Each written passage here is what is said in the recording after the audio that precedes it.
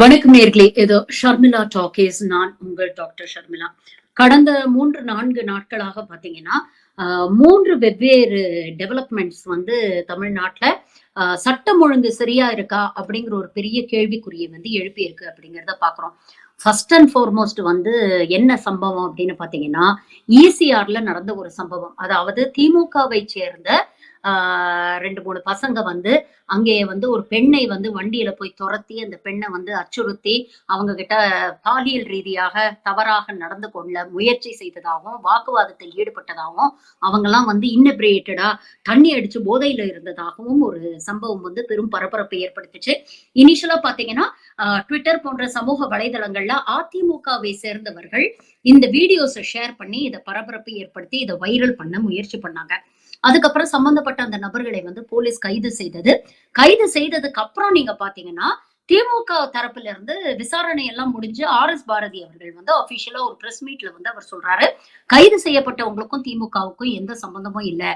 அந்த கைது செய்யப்பட்ட ஒரு நபர், அவர் பேரு வந்து சந்துருன்னு நெனைக்கிறேன். அந்த சந்துருவோடைய உறவினர்கள் இன்ஃபாக்ட் அதிமுகவுல தான் இருக்கிறாங்க. அவங்களுக்கு அதிமுக கட்சியோட தான் அதிக வந்து தொடர்பு இருக்குது.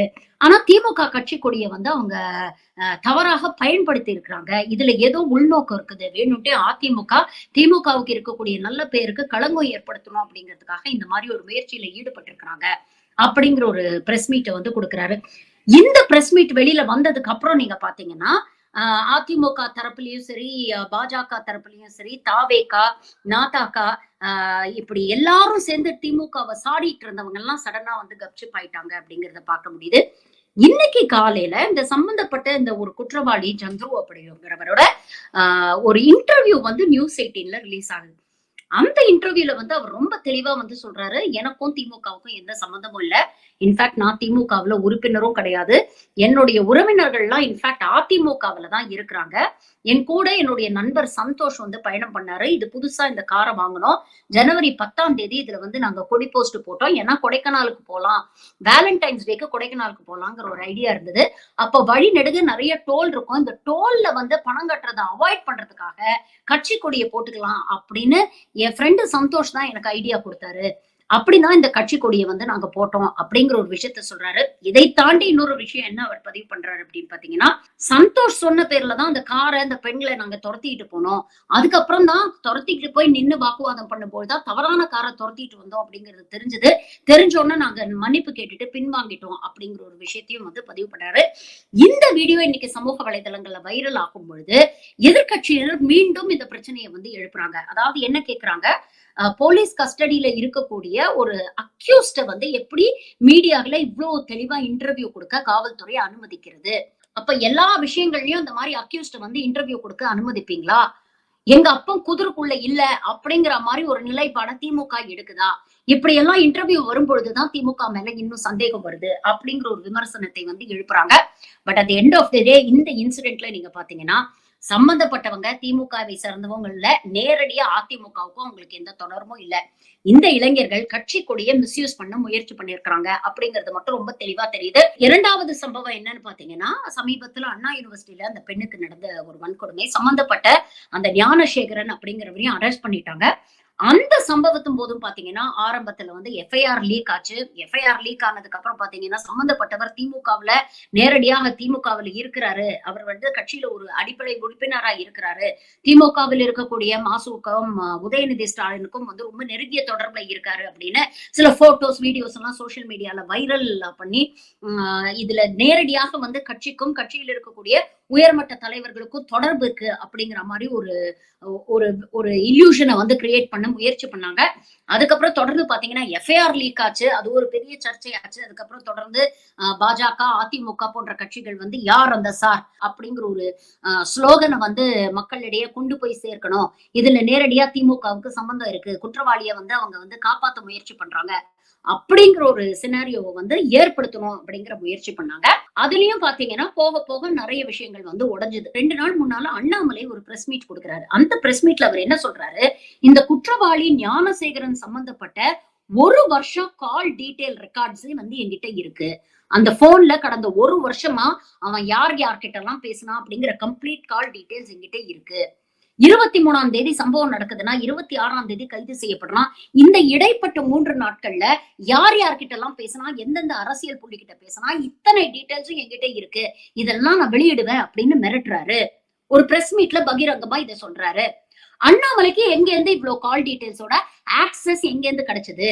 அப்போ ஒரு தனி நபரோட என்டையர் கால் டீடைல்ஸ ஒரு கட்சியுடைய மாநில தலைவரால எடுக்க முடியுது அப்படின்னா, இப்படி எத்தனை பேரோட கால் டீடைல்ஸ், எத்தனை விவிஐபிஸ், எத்தனை அரசியல் கட்சி தலைவர்கள், எதிர்கட்சி தலைவர்கள், ரிப்போர்ட்டர்ஸோட கால் டீடைல்ஸ் எல்லாம் அண்ணாமலை ஆக்சஸ் பண்ணிருப்பாரு அப்படிங்கறத யோசிச்சு பாருங்க. அப்போ ஒன்றிய பாஜக அரசில் இருக்கக்கூடியவர், அரசாங்க பதவிகள்ல இருக்கக்கூடியவங்க, கட்சி பதவியில இருக்கக்கூடியவங்க, அவங்களுடைய கட்சி பதவியை இந்த மாதிரி மிஸ்யூஸ் பண்ணி, அதிகார துஷ்பிரயோகம் பண்ணி, இவ்வளவு டீடைல்ஸ் ஆக்சஸ் பண்ண முடியும்னா, அதெல்லாம் ஸ்பெஷல் இன்வெஸ்டிகேட்டிவ் டீம் இன்வெஸ்டிகேட் பண்ணாதா?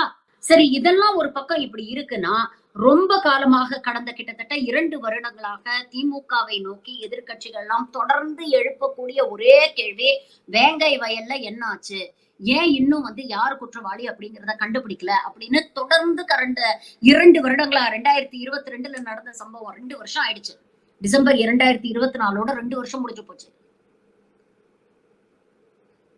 இந்த விசாரணையை சிபிஐ ஹேண்ட் ஓவர் பண்ணணும் அப்படிங்கிற ஒரு கோரிக்கை சுப்ரீம் கோர்ட்ல அது வரப்போகுது, விசாரணைக்கு வரப்போகுது அப்படிங்கிற காலகட்டத்துல கரெக்டா பாத்தீங்கன்னா சிபிசிஐடி இங்க இருக்கக்கூடிய உயர் நீதிமன்றத்துல கொண்டு போய் டீடைல்ஸ குற்றப்பத்திரிகையை தாக்கல் பண்றாங்க. அந்த குற்றப்பத்திரிகையில 3 பேரை குற்றவாளிகளா சுட்டி காமிக்கிறாங்க. அந்த 3 பேரும் அதே பட்டியலினத்தை சேர்ந்தவர்கள்.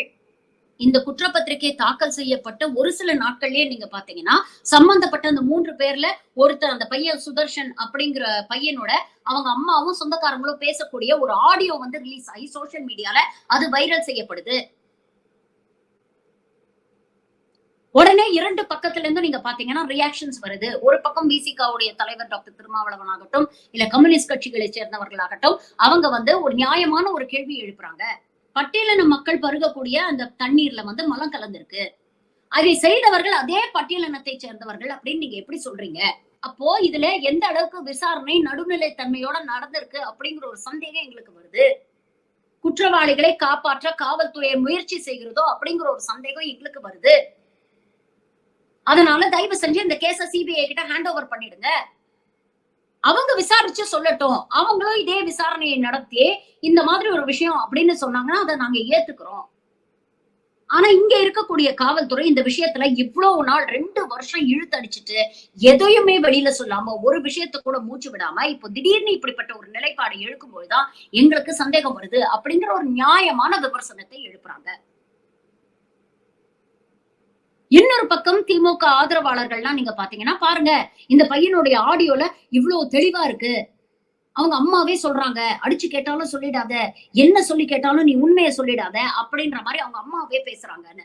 அதை தொடர்ந்து பாத்தீங்கன்னா ஒரு மீடியால இருந்து போய் அந்த சுதர்ஷன் அப்படிங்கிற பையனோட அம்மாவை அவங்க இன்டர்வியூ பண்றாங்க. அப்போ அந்த தாய் சொல்றாங்க, பசங்களை கூட்டிட்டு போய் விசாரணை அப்படிங்கிற பேர்ல 12 மணி நேரம் 18 மணி நேரம் கொண்டு போய் போலீஸ் ஸ்டேஷன்ல அடைச்சு வச்சு அவங்கள உருட்டி மிரட்டி தாஜா பண்ணி குற்றத்தை ஒத்துக்க வைக்க முயற்சி பண்ணாங்க.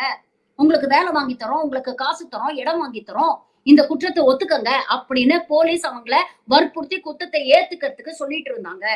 அது சம்பந்தமா போன்ல பேசும் பொழுதுதான் எப்படி உருட்டி மிரட்டி என்ன சொன்னாலும் தயவு செஞ்சு ஒத்துக்காதப்பா அப்படின்னு நாங்க சொன்னோம். இன்னைக்கு அதையே திருச்சு இங்க மீடியால வைரல் ஆக்கிட்டு இருக்காங்க அப்படிங்கிற ஒரு விஷயத்த பதிவு பண்றாங்க. அப்ப இதுல நாம எதை நம்புறது? இதை தொடர்ந்து நேத்து நீங்க பாத்தீங்கன்னா அரசு தரப்புல இருந்து கோர்ட்ல என்ன சொல்லியிருக்காங்க அப்படின்னா, தண்ணீர்ல மலம் கலந்திருக்கிறாங்க, ஆனா அந்த தண்ணீர்னால எந்த பட்டியலின சமூகத்தை சேர்ந்தவங்களும் பாதிக்கப்படல, அவங்க யாரும் அந்த தண்ணியை சாப்பிடவே இல்ல, பருகவே இல்ல அப்படிங்கிற ஒரு அப்பட்டமான பொய்ய அரசு தரப்புல இருந்து கோர்ட்ல சொல்றாங்க. அது எப்படிங்க? பிரச்சனையே வெளியில வந்ததுக்கு காரணமே இந்த மலம் கலந்த தண்ணீரை குடிச்சு உடம்பு சரியில்லாம போய் கிட்டத்தட்ட 50 பேருக்கு மேற்பட்ட குழந்தைகள் உட்பட கொண்டு போய் ஆஸ்பத்திரியில அட்மிட் பண்ணாங்க. 50 பேருக்கு மேற்பட்டோர். அப்போ அங்க இருக்கக்கூடிய மருத்துவர் தான் இவங்க சம்பந்தப்பட்ட சாப்பாடுல ஏதோ இருந்திருக்கு, அதுதான் இந்த பாய்சனஸ் ஆயிருக்கு, அவங்களுக்கு உடம்பு சரியில்லாம போயிருக்கு அப்படின்னு சொல்லி அந்த சம்பந்தப்பட்ட ட்ரீட்மெண்ட் பண்ண மருத்துவர் சொன்னதன் பேர்ல அந்த தண்ணீரை செக் பண்ணும்போது தான் மலம் கலந்திருந்ததே தெரிஞ்சது. இத பற்றி சட்டமன்றத்துல முதலமைச்சர் பேசியிருக்கிறாரு. அந்த காணொலி இன்னைக்கு வைரல் ஆகுது. மலம் கலந்தது உண்மை, அது மக்கள் சாப்பிட்டது உண்மை, அதனால உடம்பு சரியில்லாம வந்தது உண்மை, அதனாலதான் விஷயமே வெளியில வந்தது. அப்படி இருக்கும் பொழுது அரசு தரப்பு கோர்ட்ல போய் இப்படி ஒரு சம்பவம் நடந்துச்சு, ஆனா அதனால யாரும் பாதிக்கப்படல அப்படின்னு சொன்னா அந்த சமூகத்து மக்களுடைய நிலைமையை கொஞ்சம் யோசிச்சு பாருங்க. அப்ப யாரத்தான் நம்புறது?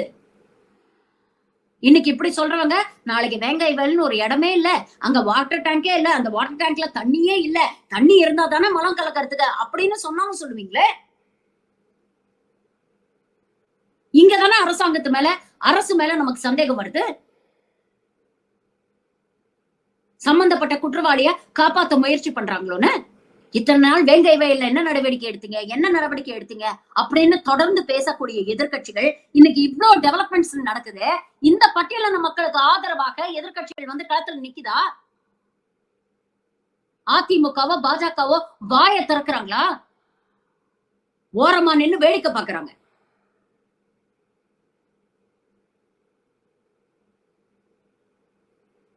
இன்னைக்கும் இங்கே பாதிக்கப்பட்ட மக்களுக்கு இதே திராவிட முன்னேற்ற கழக கூட்டணியில் இருக்கக்கூடிய கட்சிகள் தான் ஆதரவா வந்து நின்றுட்டு இருக்காங்க.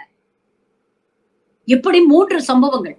தமிழகத்துல சட்டம் ஒழுங்கு சரியில்லை, சட்டம் ஒழுங்கு சீர்குலைஞ்சு போச்சு, இங்க பெண்களுக்கு பாதுகாப்பு இல்ல அப்படின்னு எதிர்க்கட்சிகள் மிகைப்படுத்தி பேசுற மாதிரி நான் பேச போறது கிடையாது. மற்ற மாநிலங்களை கம்பேர் பண்ணும்போது தமிழ்நாடு சொர்க்கம். இங்க பெண்களுக்கு பாதுகாப்பு இருக்கு, இங்க வாழக்கூடிய மக்களுக்கு பாதுகாப்பு இருக்கு. ஆனா இது போன்ற சம்பவங்கள், இதனால் ஏற்படக்கூடிய கேள்விகளை அப்படியே எளிதில் கடந்து போயிட முடியாது. பதில் சொல்ல வேண்டிய ஒரு ரெஸ்பான்சிபிலிட்டி ஒரு அரசுக்கு இருக்கு, காவல்துறைக்கு இருக்கு, அரசுக்கு இருக்கு, முதலமைச்சருக்கு இருக்கு. பல நல்ல விஷயங்களை இந்த அரசாங்கம் மக்களுக்கு செய்யுது. அடுத்த தலைமுறையுடைய ஆரோக்கியம், அடுத்த தலைமுறையுடைய எஜுகேஷன்,